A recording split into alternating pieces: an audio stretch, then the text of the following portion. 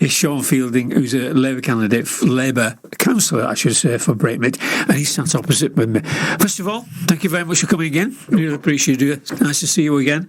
I guess the first thing is, what's happening in Brakemet? What's happening in Brakemet? Well, thanks for having me on anyway. It's good to be able to come on and talk about what councillors do, because I know a lot of people don't necessarily know what we get up to between meetings and things. So, well, in Brakemet, one of the nicest things I've done was just this week, actually, where one of the local ladies at St James's Church had organised the Macmillan Coffee Morning to raise some money for Macmillan Cancer Support. So I went along and I took some brownies and a Bakewell tart, which seemed to go down very well, which I've made myself. Love you. None of them believed me that I'd made it myself, but I genuinely did. So that was good, and it was nice. And then when you tell people, oh, I'm your local councillor, they say, oh, well, can you sort out my bins, please? Or I've got a pothole on my street, can you help me fix that? So that was a nice thing to do. But in Brakemet, a couple of bits since I've been on last time. The Morrison supermarket, we had some bad news about that's due to, well, it's not due to close down, it has now closed down. So myself and my colleague Rob, big loss. It is, but it's going to reopen relatively quickly as Home Bargains, as they're going to extend into that. So it's not going to be an empty unit for too long. And lots of the people that worked in Morrison's have either been offered the opportunity to work for Home Bargains, or the council and Bolton at Home have offered them support to get other jobs. So you've at least got that other great supermarket there, of course, Aldi, haven't you? Yeah. And that'll be there for a while, I'm sure. They're expanding all over everywhere. Yeah, very, very popular. And they piggyback on other supermarkets, don't they? If there's a Tesco, they tend to open nearby because they know that there's lots of people in the area that might. They piggyback on Lidl's. There's a battle been going on for years between those two. So they seem to go wherever one goes, the other goes. They seem to go round in twos. Yeah, that's right. It's true, actually. More often than not, if you find the Lidls, you'll find Aldi, and vice versa. Yeah. Well, they both have the same model, don't they? So they seem to work quite well. Yeah. But those are the couple of bits that have been happening in Brakemet, and then just keeping on top of helping people with housing issues or welfare and benefits issues and things like that. Those are the kind of things that people phone me up about or email me about for help. I mean, It's, as a councillor, it must be impossible to please everybody. But at least if you keep them updated, if they ask you to do something, at least you give them one update. You've tried your best, and it's just some things aren't possible. Yeah, I think the thing that people find most frustrating is that sometimes they just don't get an answer. So absolutely. Even if I've got an answer that I know somebody doesn't want to hear, I'll still give it them, because if you leave them in the lurch or you leave them hanging and they don't hear from you, they get more and more frustrated, and I just don't think that's the way to treat people. So sometimes I give bad news, but I always give people news. I mean, I don't know whether any of this development that's going on in the town impacts on Brakemet. Does it? Well, I think that, lots of people in Brakemet will travel into Bolton Town Centre to do their shopping and what have you. So when Bolton Town Centre improves, the local town centre for people in Brakemet is a better place to go. And lots of people are quite positive about the idea of Bolton getting better, because it's been a long time where it's felt like shops have been closing and nothing's been happening. And I know that lots of people talk about how Bolton used to be, and they are frustrated that it's declined in the way that it has. So I think lots of people, although they're not necessarily the most vocal, are pleased to see something happening. Yeah, I think it's one of the frustrations I feel about Bolton Town Centre. It's vital to the town, and the one thing with something vital, you get the people who live in it on your side. Yeah, and I think the council have been woefully poor at that. They've got a platform here they can come in at any one time and extend the virtues. And the one thing that does really need answering, and we might have even touched this last time you were here, although it's not your remit, there's enough people covered the town centre. Nobody's actually come or asked to come on this radio station, and with the philosophy, this is what we've got, it's not what we hope for, but this is what we've got and it's going great. It's there's a lot of anti-talk about the development. People don't trust the council to deliver it on the whole, and there've been people nodding now, and really what we need to do is tell them the good news or the bad news, whichever one it is. Yeah. I might be wrong, it might be great news. Well, I think, we can definitely get better at promoting things. Because you see, the two most popular Facebook posts on the council's page in the last couple of weeks have been the pictures of the library refurbishment and the museum refurbishment, which people loved, and I suspect from the comments that I read on that they didn't necessarily know that was happening in the way that it was. And as soon as these pictures come out and people think, oh, that looks great, actually, I want to go there when it reopens. And the other one was it's only relatively minor stuff, but it's stuff that matters to people. The steam engine next to the Fred Dipner statue, which didn't turn for all of those years, and then we've said as a council, we need to get these basic things right because these are about pride in the town. There was a short video done. The wheel's now turning, and one of the council staff, quite senior members of staff, has to go out and oil it every night, which is quite funny before they go home. But it's turning again, and that was put on Facebook and on Instagram and all of the social media channels, and it went viral. And people were like, at last, somebody's taking out. So we can't fill the M&S unit overnight, but we can fix the clock tower by the train station. We should do stuff like that. I think that thing that with the steamer, I think people will come to Bolton specifically to see that. Yeah. There's a big place in Bolton which have steam engines, and they open about 3 or 4 times a year, and it's run by enthusiasts, and the people come from all over. Or I'm not enthusiastic about steam engines, but a lot of people are. And a lot of people will be really thrilled that that's working again. They're definite. And I must say thank you to the Steam Museum and the volunteers there, because it's them that have helped the council to get that work, because they know what they're doing. They're experts. We all sit behind desks and work on computers, but they so is it running 7/24 now? I don't think it's 24/7, but it's turning most of the time. I want to say that. So I'll have to walk past after I leave here and check that I've not lied to you listeners. But it's working again. I think that's a great example of getting the people of Bolton on your side.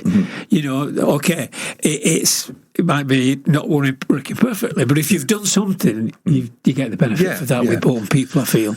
Yeah, and the council just needs to demonstrate, we do give us stuff about the town centre, because lots of people think, there are problems in Bolton town centre. We're not going to deny that. It's we can't solve everything overnight, but things that are in control, if we can get stuff like the steam engine or the clock tower or the market cross painted or whatever, we should do that stuff, because it's not a lot of money. Yeah. Okay, that's some music. Sean, if I can bring in, it's kind of repeated a question I asked a little bit ago.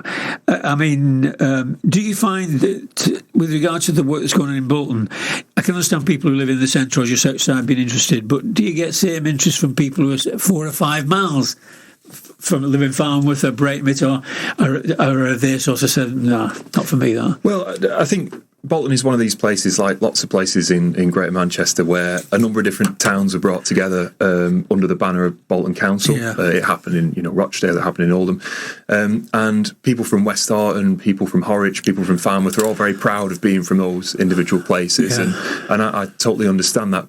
But Bolton is the biggest town within the borough, and so we're always, wherever we live within the borough, we're going to have a relationship with Bolton Town Centre. And I would say it's in everybody's interest that Bolton Town Centre does well. But we do need to be very conscious of that and not make it such that it is at the expense of other parts of the borough. Because, I've been out to West Horton and had a drink in the real ale bars around there, and it's got a nice high street, and we want to see more of that. And it's good, West Horton. Yeah, and as chair of licensing committee, one of the applications that came forward was for a new pizza restaurant in Heaton, which is the kind of uses that we're seeing small shop units become now, restaurants or bars and things like that. And I think there's a role for... Did it pass the one in Heaton? It did, and it should open very soon, and I'll look forward to going to visit. I can say that now because the decision's been made.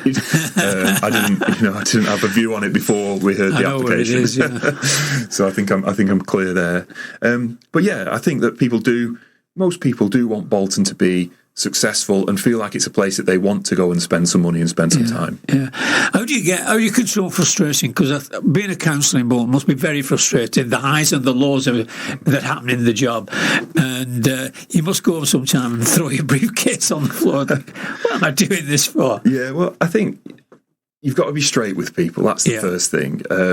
As I've said previously, people need to get an answer. Even if it's an answer that they don't want to hear, you need to give it them. And we need to be honest as well. Everybody needs to be honest about some of the difficulties that the council has with funding and things like that, and how we pay for stuff. Because lots of people think that council tax is the be-all and end-all of where the council gets its money from.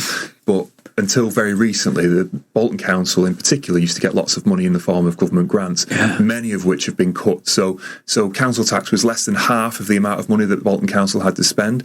It's increased in terms of proportion, but that's only because the money that we used to get from London has been cut. So I know it's very, very frustrating for lots of people. And I'm a council taxpayer myself, and I see it going up every year. And I think every year I pay more, and it feels like I'm getting less. And, we need to have an honest conversation with people about why that is. And it's not for want of trying of the councillors in Bolton Council from all parties who want to do the right thing, but it is very difficult when there's not a lot of money. Well, I provide the platform on this radio station for doing that debate, because it is a frustrating debate that people have. They know the questions, they just don't know the answers. And I think it's important that we do give it. I'm starting off one with where the funding comes from Bolton, and how it's decreased over the years because of things that have happened beyond their control in London or wherever. And I think that would be a very good debate to have, because at least, going back to what you said, it's giving a an honest view of what reality is in Bolton and the surrounding areas. And I think that would be great. That would be really good. I mean, do you ever regret being a councillor? But not since I joined the council in Bolton. As we've talked about before, I did 9 years on Oldham, and so at times that was quite challenging.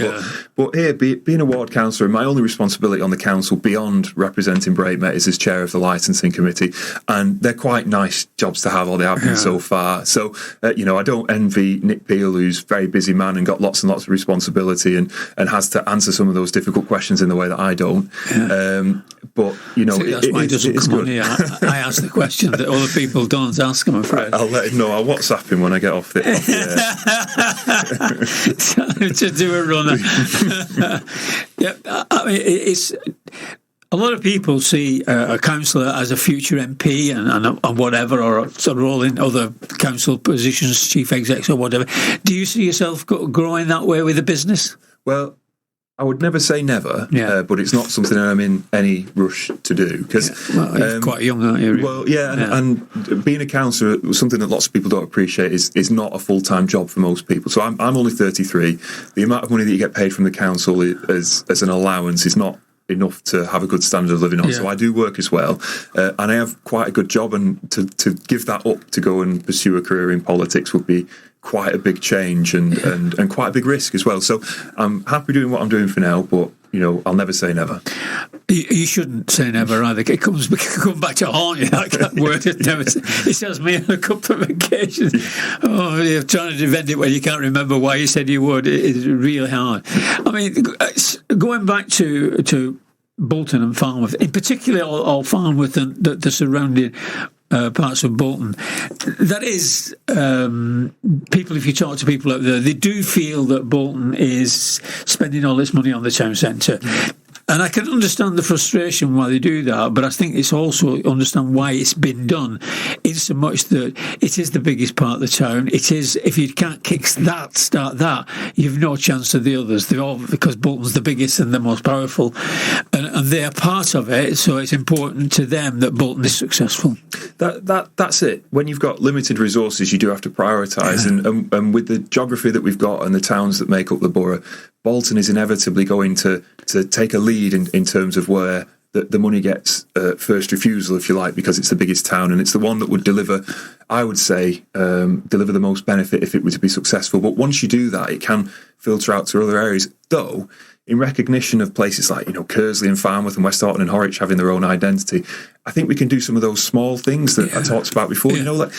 Just because they are governed by Bolton Council and it's a Bolton Council bin wagon that empties your bins, doesn't mean that you can't celebrate Farnworth's crest on all the street furniture and things like that. Because people from Farnworth are very proud of being from Farnworth. People from West Horton are very proud of that. And if the lines had been drawn differently on a map back in 1974, West Horton could quite easily be governed from Wigan or Chorley or wherever. So we shouldn't be, too corporate in our approach to these things, is my view. Good, play some music. This is The Who. These box, you're listening to Kevin, and my councillor, Mr. Fielding. Sean Fielding is with us, and many thanks to that, Sean, for coming in. He never lets you down, gives his time willingly, and comes prepped, and takes a nice centre road in terms of he's not blind to what's going on in parts of Bolton that he's not directly responsible for. And I think that's a strength that Bolton has for all councillors, really. They do have a cross-sectional view of Bolton. I see very little of my part of Bolton is more important than your part of Bolton. I see a lot of people who are committed to, what can I do for you? This is how we're going. Can you? And I love that togetherness. And I think that's something that we should foster and appreciate. What would you, in 12 months' time, what would you like to see in Bolton change that it is now? Or Braemit? Well, in Bolton in particular, in the town centre, I would like to see spades in the ground and things starting to take shape in terms of the regeneration plans that have been in the pipeline for a number of years and were delayed for different reasons and COVID and all of that. And we need an answer around Crompton Place, of course, because there was a redevelopment proposal for that which ran into some difficulty over COVID. And I think that sometimes people think that councillors or senior officers in the council all sit in the town hall and pat themselves on the back and say what a wonderful job we're doing, and we don't necessarily step outside and see that there are issues, and that's not the case, and certainly not the case in with me, because I walk around Crompton Place and I see the empty units and I think we really need to do something about this and provide some leadership. So that's what I say. In Braemit, we made some commitments around the election and pledges, particularly around improvements to public transport, making sure that we were spending the money that's available for councillors to spend on community projects.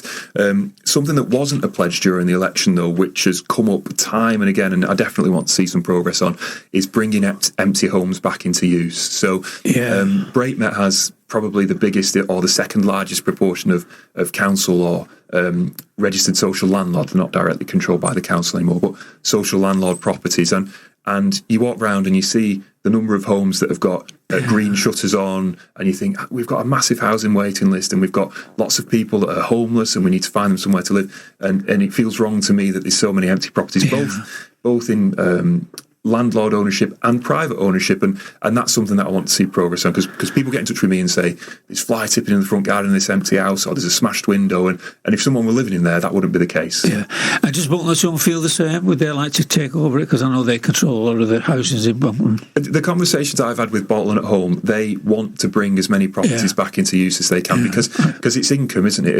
If their property's lying empty, they're not collecting any rent on it, so it's a cost. And so I think their frustration is that they don't often have the capital money to invest in making these properties habitable again. So lots of people bash Bolton at home, and I've done it privately, and and I'm sure I'll do it again. But they do want to do the right thing for the most part, in my experience. I think everybody finds it frustrating when they know that people can't get a home anywhere, yet there's people that we could invest in and make the homes available and livable in. And I think that's a frustration that everybody in Bolton shares. Yeah, and the casework that I can't shake, the stuff that people get in touch with me about that I can't fix and is really frustrating, is housing. If somebody gets in touch with me and says, there's a fly tip at the back entry, can you get that picked up? I can do that. If somebody says, the street light's flickering, can you get that fixed? I can do that. If someone says, I'm stuck at home with my mum, I've got 2 kids, we're overcrowded, and we need a council house, can you help me? Often the answer, sadly, is I'm afraid I can't. No. Sean, thanks very much for coming in. Yeah, no problem.